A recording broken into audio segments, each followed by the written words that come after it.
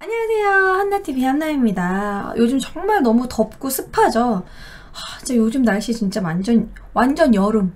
막 그런 장마철 이래가지고 빨래도 잘 안 마르고 습하고 막 끈끈하고 짜증나는데 그럴 때일수록 공부가 안 될 때일수록 우리 열심히 국사 공부를 해봅시다. 화이팅! 저 시원한 옷을 입고 왔어요. 자, 그러면은 남북국 사회. 오늘 나갈 진도는 남북국 사회입니다. 저번 시간에 배웠던 내용이 삼국시대의 사회 내용이었잖아요. 오늘은 바로 남북국. 우리가 남북국이 도대체 뭐예요? 라고 물어보신다면 남북국은 여러분, 남북국이라는 용어가 사실 유득공의 발해고에서 처음 나왔었고 우리나라에서 안 썼었어요. 그러니까 통일신라 시대라고만 했었는데 통일신라 시대라고만 한다는 것은 발해를 우리나라 역사로 생각하지 않는 것이기 때문에 요 위에 있는 발해조차 우리 이제 역사로 같이 품는 거죠. 발해는 당연히 우리나라 역사잖아요. 고구려를 계승한 것이기 때문에 발해 여러 문화 중에서 고구려의 문화를 이어받은 게 정말 많아요. 무슨 온돌 양식이라던가 뭐 그런 고분 양식 이런 것들. 물론 말갈족의 영향을 받은 것도 있지만 이 고구려의 역사를 그대로 이어받았고 발해의 지배계층 자체가 거의 고구려 유민이었기 때문에 발해가 이제 고구려를 계승했다. 이 밑에는 이제 신라가 통일을 하게 되죠. 그래서 신라를 그전 신라와 이제 좀 구분하기 위해서 앞에다가 통일신라를 붙여주는 거죠. 하지만 신라의 통일은 제대로 된 통일이 아니었어요. 왜냐하면 신라가 제대로 통일했으면 고구려 백제 신라, 고구려 땅까지 신라 거로 만들었으면 그럼 인정할 텐데 얍삽이잖아. 아마 신라가 영토가 한 요 정도일 거예요. 요 정도밖에 그치지 못했어요. 여기는 다 지금 발해가 돼버린 거잖아요. 그래서 만약에 이제 신라가 외세 지원을 받지 않고 스스로 고구려까지 포섭을 했다면 진정한 통일이 된 건데 약간 반쪽짜리 통일이 아닌가. 사실 고구려는 통일한 게 아니라 백제 신라만 통일한 그런 꼴이죠. 고구려 유민들도 조금 포섭했기 때문에 그래도 한 민족을 통합했다. 뭐 이런 식으로 표현을 하는데 통일신라와 발해, 남국, 북국, 남북국. 그래서 우리가 남북국 시대라고 하는 거예요.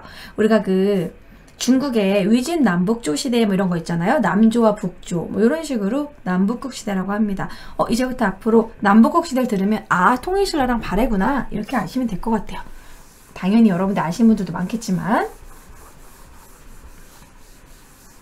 그래서 오늘 배울 내용은 바로 남북국 시대의 사회입니다.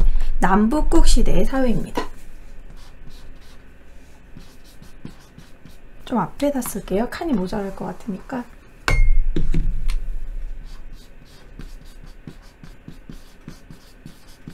남북국의 사회라고 짧게 쓰고 그 중에서 먼저 통일신라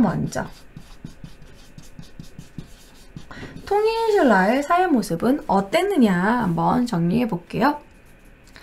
채팅창에서 남북국 시대가 동북공정 때문에 생겨난 단어가 아니요. 예전부터 이미 유득공의 발해고 때부터 있었습니다. 남북국이라는 용어는 우리가 현 시대에 만든 것이 아니라 이미 역사서에 아주 옛날부터 쓰였던 글이에요. 이제 우리가 이제 남북국이라고 자꾸 얘기를 해야 된다. 이제 뭐 동북공정에 대항해가지고 발해가 고구려 사인 걸 우리가 이제 강조해야 된다. 뭐 그런 건 요즘에 얘기한 거지만 용어 자체는 옛날부터 있었어요.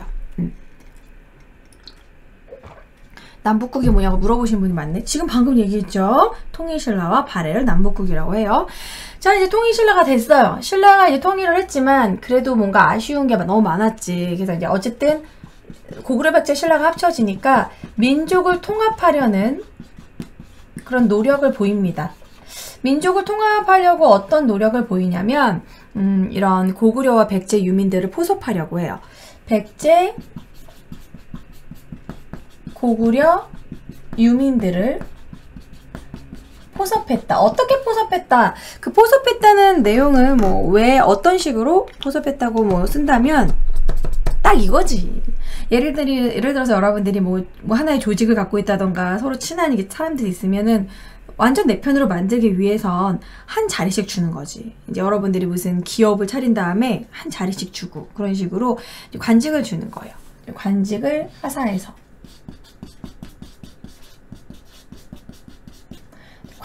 하사해서 포섭을 하고 자 그리고 이제 이 고구려 백제 신라를 뭔가 융합을 하기 위해서 민족 융합을 하기 위해서 어떻게 했냐면 중앙군에 고구려 백제 사람들을 모두 중앙군에 같이 편성을 했어요. 그러니까 이제 이 군대 자체를 신라 군대만 만들면 왠지 고구려랑 백제는 아직도 자기 민족으로 생각하지 않는 것 같고 국가의 요직도 주지 않고 뭔가 한민족 같지가 않잖아. 그러니까 일부러 군대를 그 중에서도 이제 특히 핵심적인 중앙군대를 고구려 백제 신라를 합친 거야. 이런 식으로. 그래서 이제 구서당을 편성했다. 포섭을 하고 구서당에 얘네들을 같이 편성을 했다. 고구려, 백제, 신라를 모두 구서당에 편성했다. 구서당은 백제와 고구려인 그리고 신라인까지 편성한 중앙군이다. 핵심적인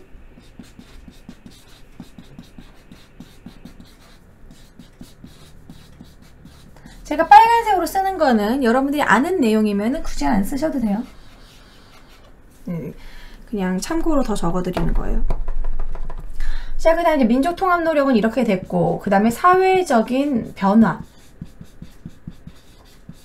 어떤 사회 변화가 있었냐면, 이거 그냥 가로로 하지 말자. 미안해. 필기의 이 통일성을 위해서 이렇게 땡땡으로 가자. 자, 어떤 사회 노력이 있었냐면 왕권이 강화됐어요. 그 전보다. 이제 일단은 영토가 조금은 넓어졌죠. 그리고 아무래도 신라보다는 백제가 손재주가 훨씬 좋았어요. 백제가 탑도 훨씬 잘 만들었고 도자기도 잘 빚었거든. 백제 사람들까지 좀 이렇게 융합을 하니까 백제의 어느 정도의 그런 경제력도 신라가 같이 이렇게 하나로 융합할 수 있었겠지. 그래서 어쨌든 경제력이 전보다 높아졌다. 더 잘 살게 됐다. 옛날에는 인구가 경제력이었으니까, 그쵸? 그리고 이제 왕권도 훨씬 더 강화됩니다. 왕권이 강화되는 부분에서는 가로치고 신문왕 때 엄청나게 왕권이 강화되게 되죠. 신문왕 때 어떤 사건이 있었냐면 김음돌이라는 인물이 모욕 사건을 일으켜요. 그러니까 역모를 꾸몄다라는 거야. 근데 이건 이미 정치 파트에서 배우셨던 내용이에요. 김음돌이 이제 아무튼 내가 왕이 될 거야 막 이런 식으로 왜 신문왕 그런 직계 계열만 왜 무효랑 직계만 왕이 돼야 돼? 우리도 똑같은 진골인데 막 이러면서 나도 왕이 될래 이래서 이제 깝쳤는데 이제 결국에 그거를 이제 진압을 하면서 그 주변에 다른 진골들, 김음돌하고 손을 합쳤던 약간 왕위를 노렸던 김음돌 라인에 있었던 진골들을 대거 수청을 하면서 이때 신문왕의 말을 듣지 않는 사람들까지 같이 숙청을 해버렸어요. 그러니까 약간 왕권에 약간 대항하는 반대 세력인 진골들을 모두 다 싹 클리어. 이런 식으로 왕권 강화를 한 거지. 핑계를 잡은 거지. 이제 뭔가 얘를 이제 뭔가 좀 트집을 잡아야 되는데 누가 하면 딱 뭔가 잘못했을 때 한 번에 그냥 싹 이렇게 정리를 하게 된 거예요. 그래서 김음돌 모욕 사건 때 김음돌의 난 진업. 김음돌의 난, 김음돌 모욕 사건 뭐 이런 식으로 말합니다. 김음돌의 난을 진압하면서 이러면서 왕권이 강화됐다. 그래서 이거를 좀 더 구체적으로 쓴다면 김음돌의 난 때 관련 진골 세력 숙청 하면서 힘이 세졌다. 신문한테. 자, 왕권이 강화됐을 때 이 내용은 이미 또 당연히 그 국사 파트에서, 정치사 파트에서 나온 거지만, 그래도 조금 더 써보도록 할게요. 자, 왕권이 강화됐다는 소리는, 왕 옆에서 말 그대로 정말 시중을 들고 약간 왕의 승정원 같은 일을 하는 그런 그런 부서가 있었는데, 그게 바로 집사부입니다. 집사부에서 왕명을 전달하고 왕 옆에 붙어가지고, 주로 이제 왕의 수족이 되었던 그 사람이 시중인데, 중시라고도 해요. 말 그대로 시중 들어서 시중으로 외우셔도 돼요. 그래서 집사부의 시중의 권한이 엄청나게 높아집니다. 그러면서 플러스 이제 왕 옆에는 육두품이 딱 버티고 있는 거야. 왜냐면 진골귀족들은 자꾸 왕권을 노리고 왕하고 사이가 안 좋으니까 왕이 일부러 육두품을 데려와서 진골과 견제하기 위해서 육두품을 자꾸 등용을 시키는 거지. 애들이 머리도 똑똑하고 그러니까. 그래서 육두품을 이제 정치적으로 많이 진출시켜요. 마치 조선시대 때 살림처럼. 그래서 왕의 하나의 조언자 역할을 했다. 이제 학식이 높으니까 왕이 조언을 구하는 그런 식으로. 그래서 집사부의 시중이 높아지고 육두품이 이제 진출했다. 이 부분 되게 중요하고요. 그 다음에 상대등은 집사부 시중의 반대 역할. 그 시중은 왕 쪽의 그 관직이고 상대등은 진골귀족들 중에서 가장 높은 관직이 상대등이고 상대등이 이런 화백회의를 주최했던 게 상대등이야. 그러니까 귀족 중에 가장 탑. 근데 귀족 중에 가장 탑이니까 왕하고 자꾸 부딪힐 수밖에 없는 거야. 예를 들어서 대통령하고 은근히 국무총리가 부딪힌다고 생각을 하는 거죠. 국무총리가 은근히 막 대통령을 위협을 하고 각하란 말 요즘 안 쓰죠. 대통령이 이러면 안 됩니다. 막 이런 식으로. 원래 이제 국무총리가 대통령이 될 만한 사람이었는데 선거에서 져가지고 안 됐어. 그래가지고 은근히 대통령을 막 견제한다고 생각해봐. 그럼 사이가 사실 둘이 약간 견제하고 안 좋겠지? 그런 식으로 생각하시면 돼요. 상대등은 왕하고 좀 약간 부딪히는 귀족들 중에 가장 우두머리 높은 관직이라 상대등의 힘을 누를 수밖에 없어. 왕권을 높이려면. 그래서 상대등도 낮아지고 화백회의라는 것 자체도 권한을 낮추는 거야. 화백회의가 힘이 너무 세잖아요? 그럼 왕이 무슨 뭐 이렇게 뭐 하고 싶은 대로 할 수가 없어요. 그래서 화백회의는 귀족회의잖아. 진골귀족들의 회의. 또 상대등이 화백회의를 주최하고, 그러니까 상대등과 화백회의는 다운, 시중은 업, 이런 식으로. 왕권이 업이면 시중도 업, 상대등하고 화백회의는 다운. 만약에 반대로 진골귀족들의 세력이 세졌다. 신라 하대에는 난장판이 돼요. 막 해공왕 그 동성애하고 막 해공왕이 어린 나이에 8살에 즉위하고 진골귀족들의 힘이 갑자기 세져. 그럴 땐 반대로 돼. 왕권이 약해지니까 집사부의 시중도 낮아지고 상대등이 업, 그리고 화백회의도 업, 이러면서 신라가 망하게 되는 거예요. 그래서 어쨌든 왕권이 높을 때는 이렇게 됐다. 이렇게 알아두시고 그 다음에 밑에 자, 이러다가 이제 신라 중기까지는 왕권이 엄청 강화됐다가 신라 하대로 넘어와서 신라 하대는 여기다 그냥 사회 연달아 쓸게요. 자, 신라 하대. 신라를 상대, 중대, 하대로 나눕니다. 왜냐면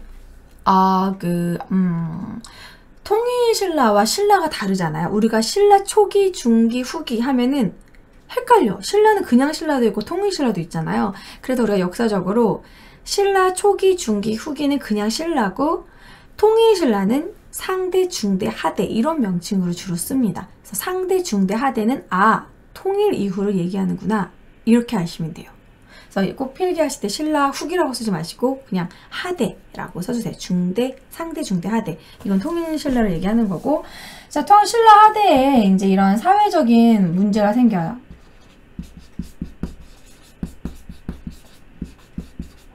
사회적 모순이 뭐냐면 진골 세력들이 엄청나게 부를 축적을 하고 사치가 막 거의 하늘을 찔러. 땅을 찌른데. 이때 어떤 게 있었냐면 신라, 통일신라에 경주에 가면은 포석정이라는 게 있어요.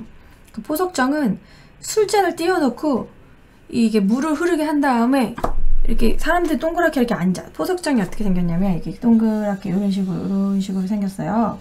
여기 동그랗게 사람들 여기 앉아있게 술 게임을 위해서 이 기구를 만들었어. 그래서 여기서는 이제 주최자가 술잔을 띄우겠소. 그래서 띄워. 넘실 술잔이 막 이렇게 떠가겠지. 여기 멈췄네? 잠깐 마셔! 뭐 이런 식으로. 너무 재밌겠죠? 난 이제 술집에서 이 포석정 같은 거 만들어가지고 좀 해줬으면 좋겠어. 뭐 이런 식으로 술게임. 또 멈췄네? 마셔! 막 이런 식으로 이렇게 해서 술게임 하려고 포석정을 만들 정도로.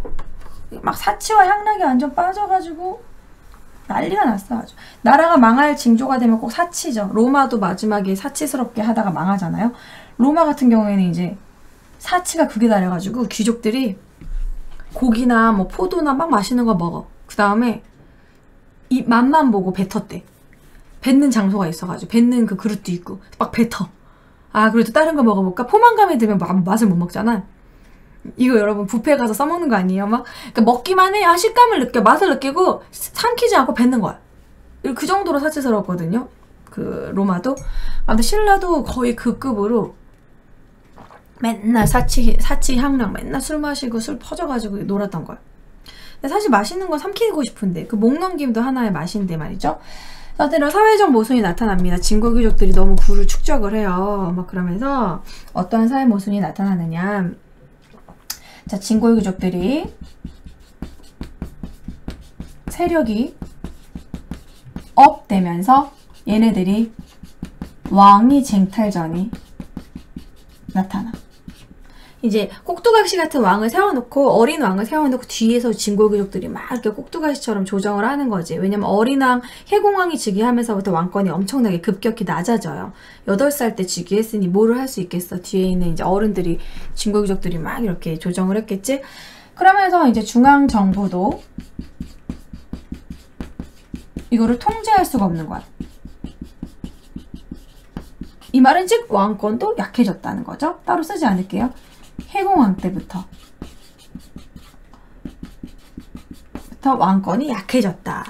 자, 그리고 이때 이제 이러니까 막 진골들은, 막 귀족들은 사치양락을 부리고, 그들의 사치양락은 다 어디서 가져온 것이냐면 다 그런 백성들의 세금. 백성들 세금으로 그렇게 흥청망청 쓰니 백성들은 얼마나 힘들겠어.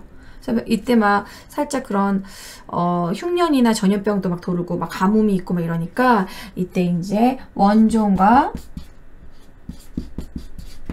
뭐 애노의 난 같은 밀란도 발생을 하고, 그래서 나라가 이제 점점 흉흉한 거죠.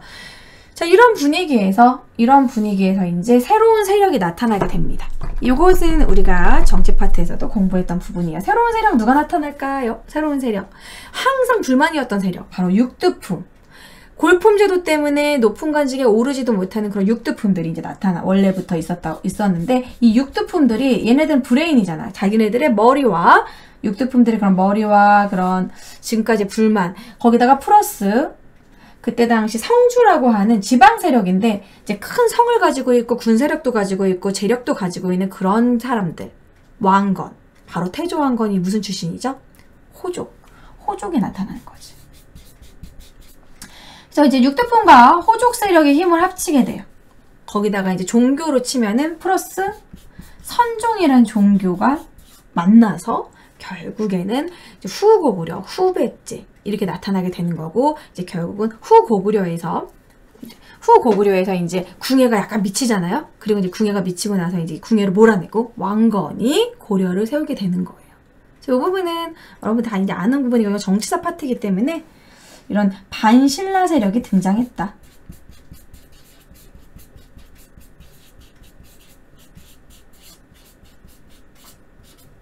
이렇게 알아두시면 될 것 같네요.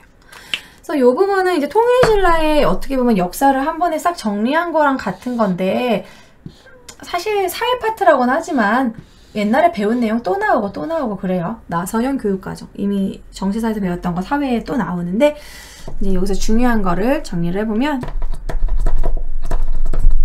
자, 통일신라가 되고 나서 민족 통합 노력으로 이제 관직을 주면서 포섭을 했고, 그리고 또 중요한 건 구서당. 구서당은 고구려, 백제, 신라 이 세 민족을 이렇게 합쳐가지고 뽑았다. 구서당을 모두 다 고구려, 백제, 유민을 포섭해서 구서당에 편성했다. 이거 중요하고요.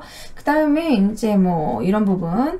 왕권이 신문왕 때는 강화됐다가 신문왕 때 강화됐을 때는 집사부의 시중의 권한이 높아졌고, 그리고 반대로 상대 등과 하백회의는 낮아졌다. 이 부분은 너무너무 중요해요. 정치사 파트에서도 중요하고 사회사 파트에서도 나올 수 있어요.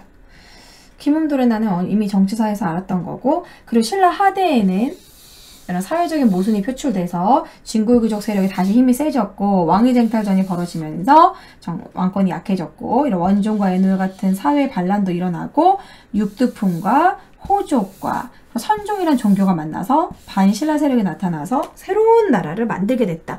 아니 여기서 왜 뜬금 선종은 뭡니까? 라고 물어볼 수 있는데요. 선종은 불교의 종류 중에 교종이 있고 선종이 있어요. 교종은 경전 해석을 중시하고 조금 공부적인 종교가 교종이에요. 하지만 선종은 그렇게 공부를 원하지 않아. 선종은 이렇게 벽을 보고 내가 스스로 해탈을 하면 돼. 그러니까 교종에서는 정말 부처님의 사리만 중요시 됐고, 부처님의 경전 위주로 이제 그런 종교였다면, 선종은 내가 만약에 참선을 하고 해탈을 하면 내가 부처가 된다. 그러니까 이런 식으로. 그래서 해탈한 승려들의 사리를 모시는 그러니까 부처님의 사리를 모시는 곳은 탑이고요. 해탈한 승려의 사리를 모시는 것은 부도라고 해서 다른 말로 승탑이라고 그래요. 승려의 사리, 승탑. 그래서 이때 승탑이 많이 생겼고 선종은 교리가 누구든지 깨달으면 부처가 될 수 있다. 그러면 이 교리대로라면 누구든지 깨달으면 부처가 될 수 있다? 그때 당시 삼국시대 때 우리가 부처라는 건 호국불교라고 해가지고 왕이 즉 부처였어요. 왕족불 사상이 있었어요. 이제 불교를 왕권 강화에 이용을 했어. 왕이 즉 부처기 때문에 너네들이 나를 섬겨야 된다. 왕족불 사상 이런 게 있었는데 뭐야? 누구든지 깨달으면 부처가 될 수 있어? 뭐야? 그럼 나도 왕이 될 수 있겠네. 이런 식으로 이제 교리로 뒷받침해 주는 거죠. 호족들한테 선종 승려랑 손을 잡고 호족들이 뭐야? 그러면 선종에 의하면 나도 왕이 될 수 있겠네? 그래서 육두품들은 브레인으로 쓰고 요 세 세력이 힘을 합쳐서 후백제, 후고구려를 만들게 되는 거예요. 그래서 요거는 그냥 전체적인 흐름으로 이렇게 파악을 하시고 맨날 나는 기승전 흐름으로 파악을 하시고 이렇게 공부하시면 될 것 같습니다. 자, 지우고 다음 진도 나가도록 할게요. 자, 그럼 썸네일로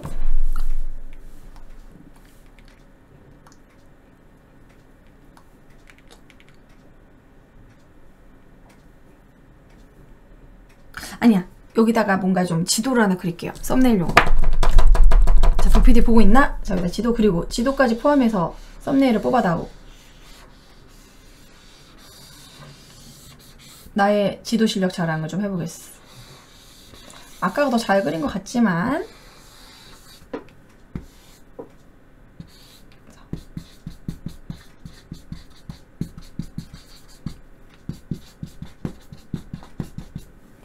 사실 주작 아까 안 그렸습니다. 자, 어제 아까 그렸으니까 자.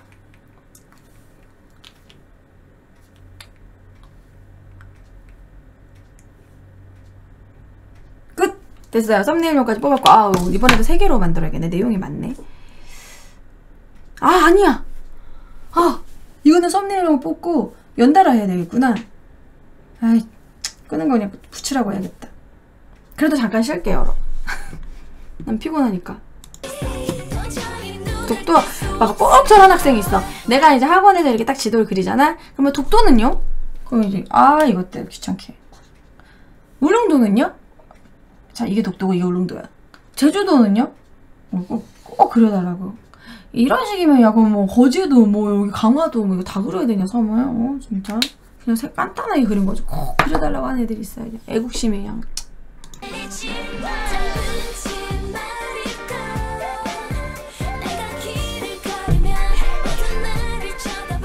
대만은 왜 그려? 대만도 우리 땅으로.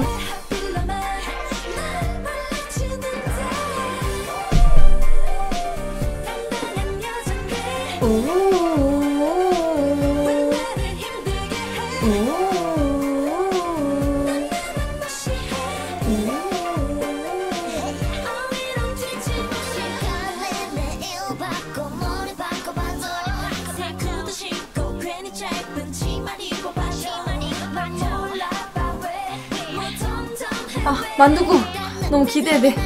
나 진짜 만두 되게 좋아하거든요. 자하 만두국 너무 기대돼. 만두가 되게 겁나 담백하고 너무 맛있대. 만두 그런 의미로 이따가 만두 먹방을 해야겠어요.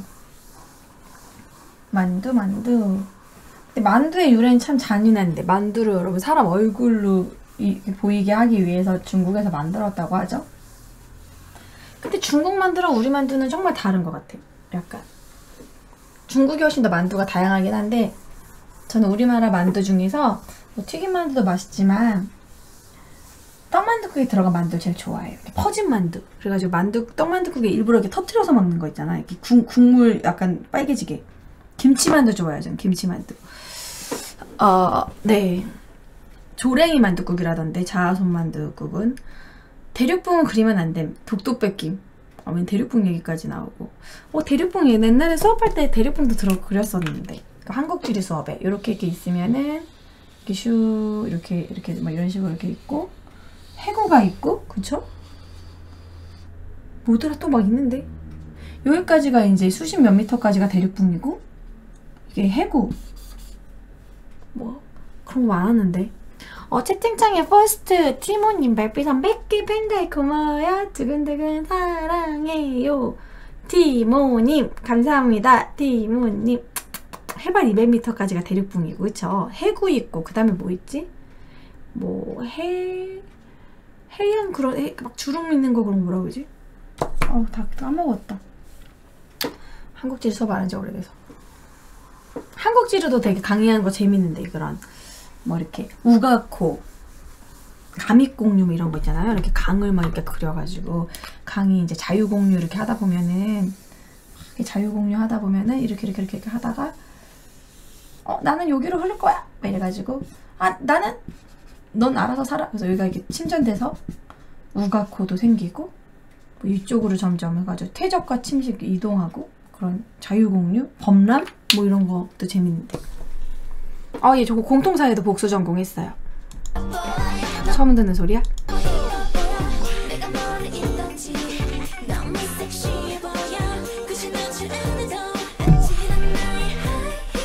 뜨거운 물에 들어간 낙지 같대. 나 국사 다 하면 한국지리 같은 그런 거 할 거야. 나 되게 좋아해. 그림 그리는 거 좋아해서. 한국지리는 다 거의 그림이잖아요. 뭐 영의 영토 영궁부터 해가지고 쫙. 저는 지리교육하면서 공통사회 복수 전공했는데 저는 역사교육이고 공통사회 복수 전공했어요. 그때 당시 공통사회 복수 전공하는 게 유행이었어요. 왜냐면 그럴 수밖에 없는 게 이제 뭐 교원 임용 부분에서 훨씬 유리하고 역사 교육만 내가 교사 자격증을 한국사 자격증만 있으면 학교에서 뽑을 때 싫어하는 거야. 얘는 이제 한국사 선생님밖에 안 되니까. 근데 내가 한국사 자격증하고 공통사회도 교사 자격증이 있으면 이 선생님은 일단 고용하면 이 선생님이 지리도 가르칠 수 있고 뭐 이제 윤리와 사성도 가르칠 수 있고 뭐 이런 식으로 막 뭐 법과사회도 가르칠 수 있고 그리고 한국사도 가르칠 수 있고 이렇게 다양하게 쓸 수 있으니까 훨씬 학교에서 채용이 잘 된다고 그래서 공통사회 같이 전공했었어요. 막 계절학기도 듣고 빡세게 들어서. 맞아. 그치만 임용고시를 한 번 보고 포기했어.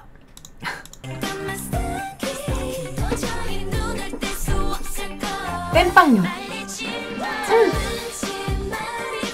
물에 좀 흘려가면 먹어. 시원하다. 원단이 너무 시원하고 너무 좋아요. 근데 19,000원에 이런 재질을 갖고 있지? 채팅창에 하늘의 사랑님 별풍선 1개 감사합니다. 근데 저는 그런 제도는 근데 실제적으로 나쁘다고 생각해요. 왜냐면 한국사 선생님은 진짜 한국사만 깊게 파고 몇 년 동안 한국사만 하는 게 맞다고 생각하고 솔직히 내가 이게 공통사회 그걸 갖고 있는 사람들이 만약에 가서 윤리와 사상을 가르친다던가 법과 사회를 가르치잖아. 그 선생님이 공부해서 가르쳐야 된다? 솔직히 그 공통사회 그 자격증 줄 때 대학교에서 정말 수박 겉핥기식으로 그냥 법학개론? 뭐 이렇게 이런 거 있잖아요. 법과 사회에 관련해서는 뭐 정치는 정치학개론, 법률학개론, 개론만 들었어. 개론만. 개론 하나 듣고 그리고 약간 심화 하나 듣고 대학교 때 공부한 거 하나도 기억 안 나. 그래서 거의 나도 공부해서 가르쳐야 돼. 그래서 약간 전문성이 떨어져. 예를 들어서 법과사회 같은 경우에는 법학과를 나온 사람이 훨씬 더 잘 가르칠 수 있지. 정치학개론도 경영학과를 나온다던가 정치 관련 과, 경영학과는 아니고 뭐 정치학과 있을 거 아니에요? 정치와 관련된 거. 뭐가 정치랑 관련된 과가 있을까? 정치외교학과? 아무튼 그런 사람이 훨씬 전문적인 거지. 그러니까 원래 학교 선생님도 그렇게 전문성 있게 가는 게 맞는 거지. 이거저거 가르치면 신뢰도도 떨어지고 선생님 입장에서도 수업 준비하기 빡세고 그렇게 해서 이렇게 정말 본인들도 수업 준비해가면서 막 본인도 공부해서 가르치는 선생님들도 많아요. 실제로. 사실 그 윤리와 사상이라는 것도 사실 그게 편성이 잘못된 거지. 윤리와 사상은 사회탐구라고 할 수 없어. 지금은 나눠졌나? 도덕이랑 윤리와 사상은 철학 쪽이야. 철학. 플라톤, 아리스토텔레스 철학과 나온 사람이 가르쳐야 돼. 그게 얼마나 깊이 들어가면 어려운 내용인데 그런 사상적인 거 철학이 얼마나 어려운데 그래서 저도 이제 학원에서 그런 고등부에서 개설할 때 그거를 이제 11과목 중에서 내가 선택해서 이제 학과를 학원에서 이제 하거든요. 저도 주로 9년대사랑 뭐 한국지리, 근현대사 한국지리, 근현대사나 사회문화 요렇게만 열었지 윤리와 사상하고 법과사회는 잘 안 건드렸어요. 너무 좀 아닌 것 같아서. 윤리와 사상은 솔직히 가르칠 수 있는데 법과사회는 솔직히 내가 봐도 어렵더라. 상속 이런 부분 되게 어려워요.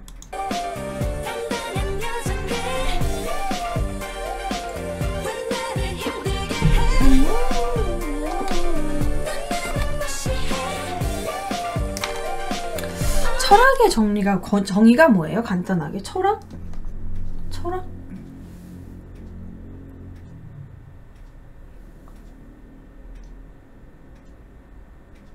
사유? 생각? 나는 생각한다. 고로 나는 존재한다. 철학. 그 사람만의 철학. 생각 아닐까요? 생각? 공자의 유교. 철학. 인간 철학이 참 어려운 것 같아. 철학이라는 거는 말을 만들기 나름인 것 같고, 인간에 대한 탐구? 철학.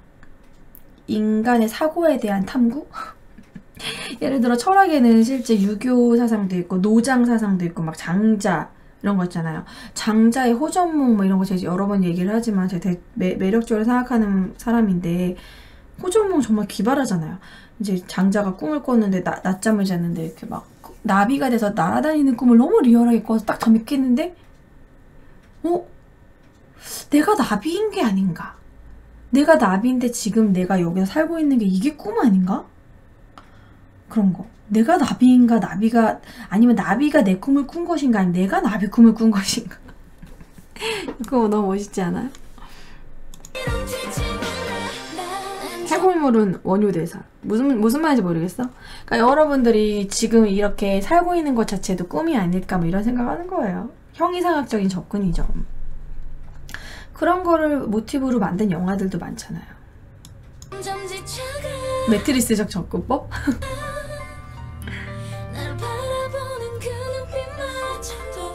장자가 되게 매력 있는 인물인 것 같아. 왠지 진짜 막 미래를 사는 사람? 과거에 어떻게 그런 생각을 했지? 그런 것도 멋있고.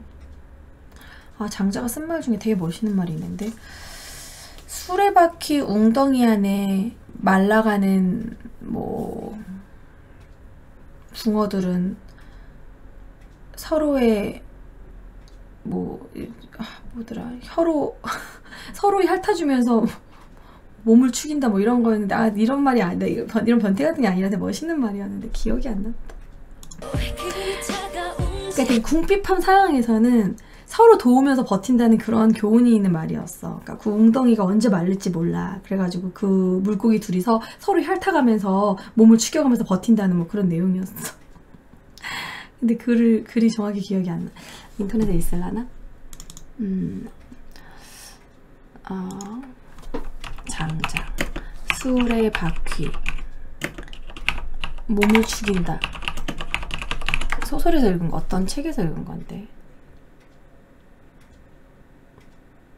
네, 나중에 그 책에서 찾아볼게요. 정확히 기억이 안 나네.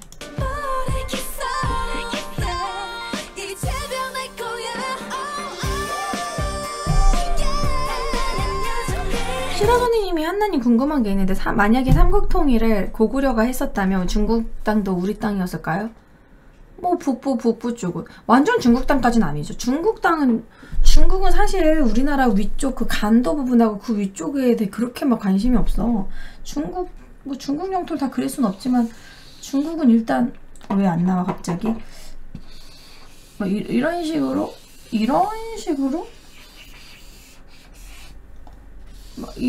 되게 넓잖아요. 여기가 이제 우리나라가 요쯤에 붙어 있는 것이고, 이렇게 땅이 넓은 애들이 뭐 여기에 막 되게 집착하겠어? 우리는 아마 이제 고구려가 우리 땅이면 여기 정도까지 우리 땅일 수 있겠지. 러시아 쪽하고 중국 요쪽. 중국의 그 알짜배기 땅은 뭐죠? 상하이, 뭐 베이징 막 이런데, 난징, 북경 뭐 이렇게 이런 쪽이 얘네들의 가장 메인이고, 걔네들이 뭐 여기를 이렇게 뭐 집착하겠어요? 광개토대왕 그럼 어디까지 차지한 거야? 그거는 그 광개토대왕 부분에 영토 그 지도 있잖아요. 광개토대왕 지도가 있어. 그거는 그 영토를 찾아보면 되지. 사실 그것도 추정이에요. 그게 이제 5세기 지도.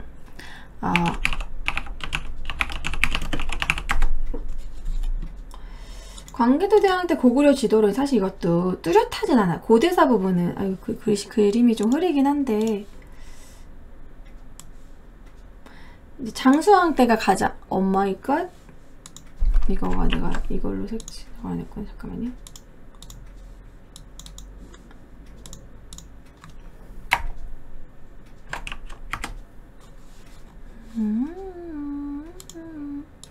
국사 시간에 많이 봤던 지도잖아요, 그쵸?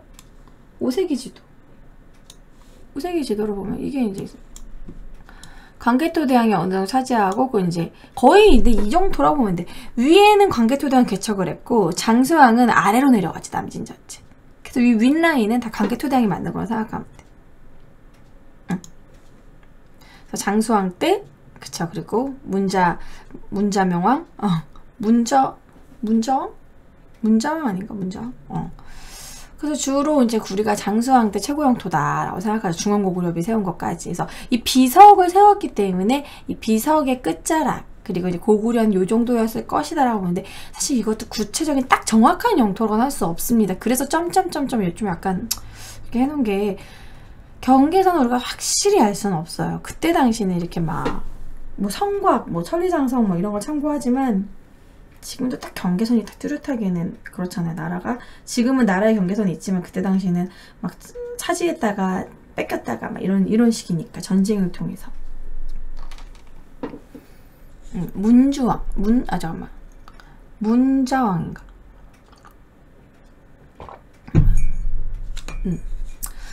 자 어쨌든 저기를 나중에 왕건이 고려를 세울 때 사용해? 고려왕 톤이 여기까지는 안 되죠. 고려왕이 여기까지는 되지도 않지. 자, 다음 진도 나가볼게요. 이제 딴소리 그만하고 시간이 여러분 너무 많이 갔어요.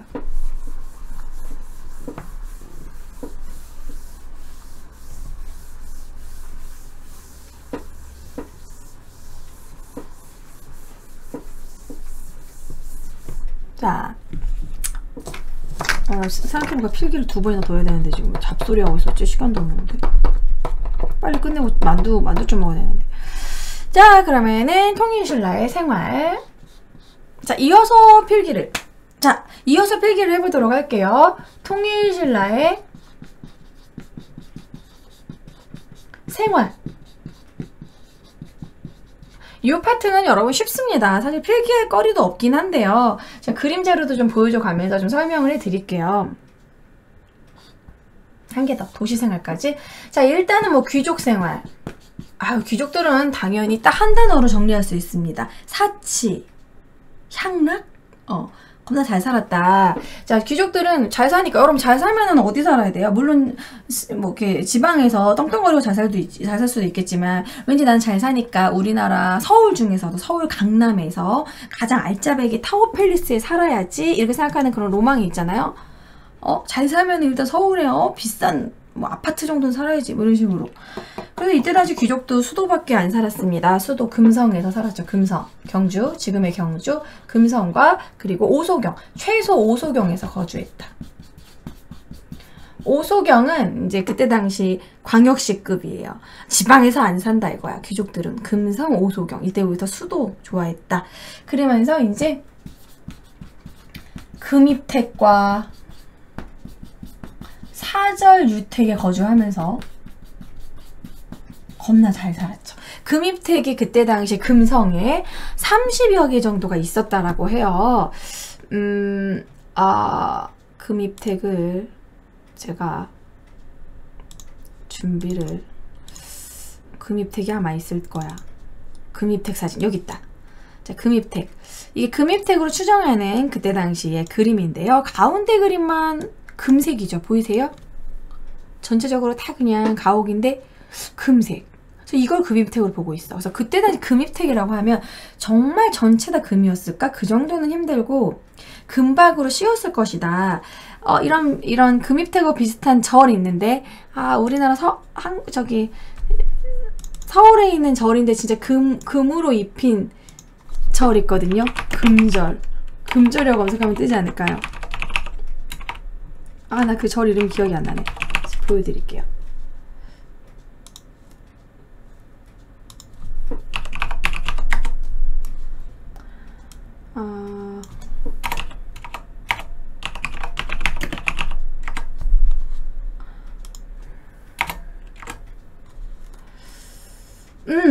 맞아. 이제 금입택은 서라버리 타워 팰리스라고 이제 흔히 얘기를 하는데, 우리나라에도 지금 현재 서울에 있는 절이 있죠. 금을 입힌 절. 뭐 일본에도 있고 하는데 우리나라에는 일단 수국사. 수국사가 기억이 안 났어. 자, 수국사 실제 금 입힌 절이에요. 가서 막 긁지 마시고요. 아유, 또 잠깐만요. 흰색으로 뜰 때가 있어요. 꼭 보여주고 싶어요. 수국사 너무 멋있어서 저도 꼭 가보고 싶거든요.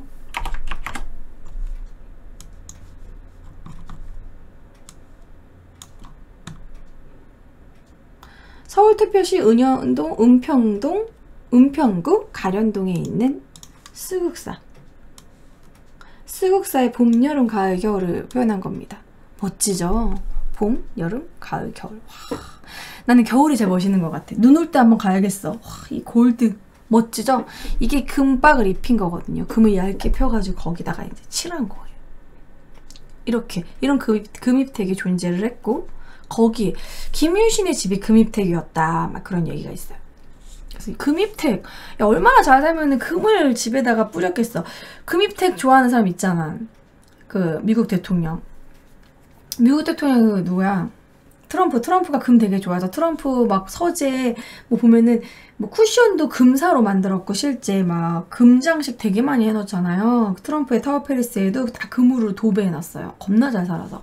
그 이제 금이라는 건 예전부터 부의 상징이었죠. 요즘도 금값 되게 비싸잖아요. 막 금 목걸이, 막 금반지, 막 금, 부의 상징으로 그때 당시에도 금입택이 있었다. 사절유택은 무엇이냐면 더 쩌는 거예요, 여러분. 사절유택은 집이 4개야. 별장이.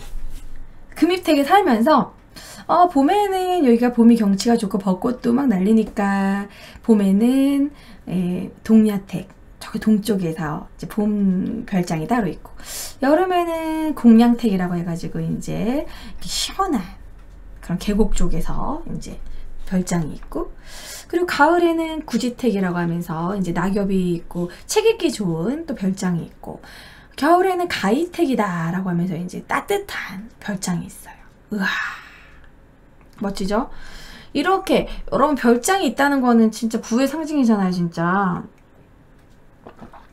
우리가 부루마블에서도 이제 별장을 지면은 땅값을 막 받는 것처럼 이제 돈 있어야지 별장 질 수 있는 건데, 하나 정도 짓는 것도 대단하다. 왜냐면 별장이 있으려면 여러분 별장만 있는 게 아니라 그 별장을 관리해주는 별장지기도 있어야 되잖아요.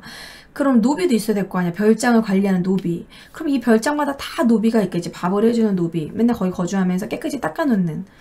언제 올지 모르니까 주인이. 응? 그래서 뭐 그렇게 노비까지 고용을 하고 사계절에 이런 사절유택이 있다라는 거는 진짜 어마어마한 거야. 요즘으로 쳤을 때도 사절유택이 있다라는 거는 진짜 와우, 진짜 부자죠. 웬만한 그 연예인 아니면. 근데 요즘 우리나라는 우리나라 연예인들이나 갑부들은 우리나라의 사절유택을 만들기보다는 해외에다가 또 별장을 만들어서 사절유택을, 뭐 여름에는 어디로 유학을 가거나 뭐 이렇게 피서 가고, 이제 겨울에는 어디 가서 골프 치고, 뭐 동남아시아에 뭐 별장 만들어서 골프 치러 가고, 뭐 그런 식으로 사절유택을 만드는 갑부들도 있죠. 그래서 엄청 잘 살았다. 그래서 금입택, 사절유택은 이렇게 하시면 될 것 같고요. 자, 그 다음에 그래서 결국은 기승전 사치. 자, 그래서 호화롭고 사치스러운 생활을 했다. 그래서 호화롭고 사치로운 생활을 해서 결국에는 이때 하도 얼마나 사치를 부렸냐면, 흥덕왕 때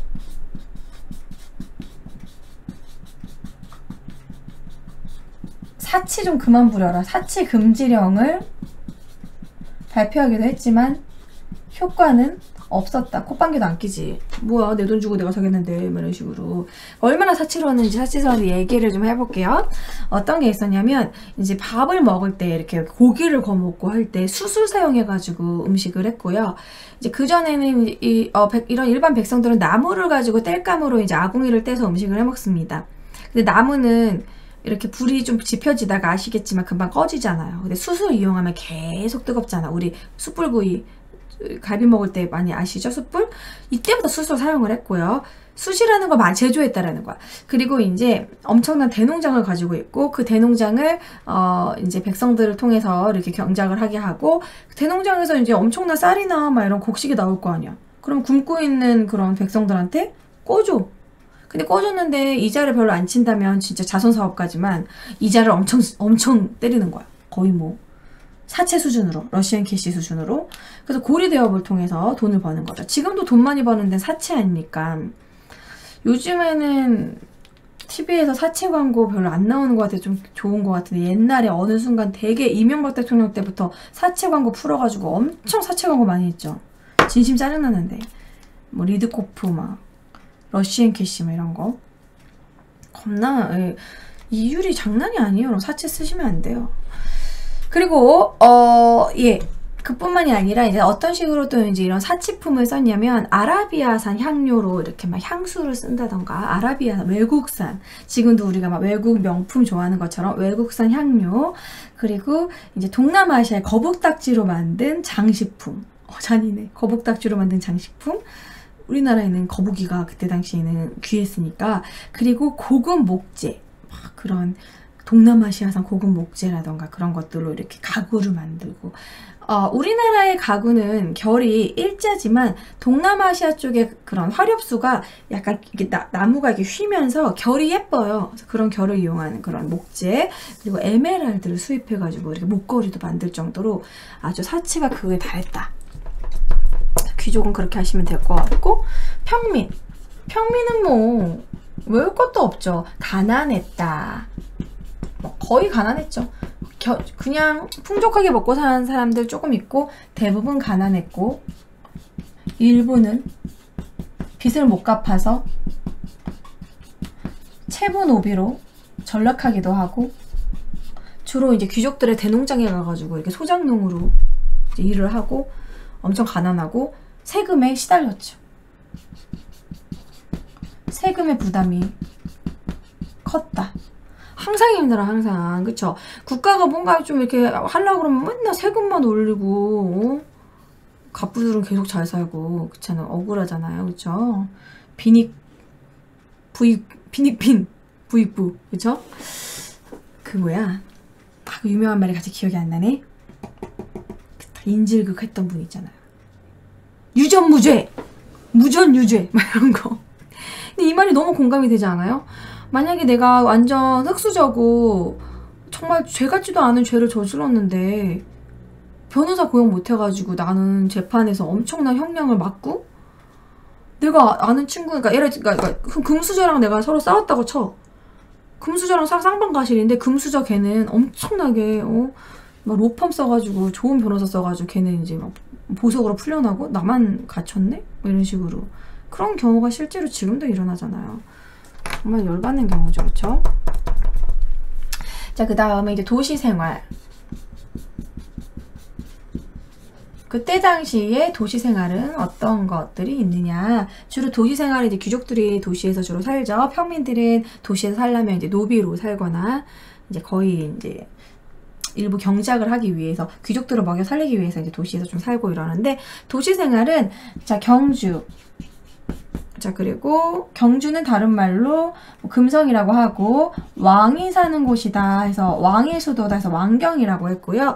그리고 왕경은 정치 이런 문화 정치 문화의 중심지 지금도 뭐 서울이 중심 업무지구 CBD 중심 업무지구잖아요. 그렇죠? 그런 것처럼 정치 문화의 중심지였고 이때 외교의 중심지도 역시 경주였다. 경주가 울산항에서 가까웠거든요. 그래서 항구에서 가까워서 지금도 우리나라 항구 인천에서 가깝잖아요. 그래서 이제 무역항에서 가까워서 각종 희귀한 무역품들이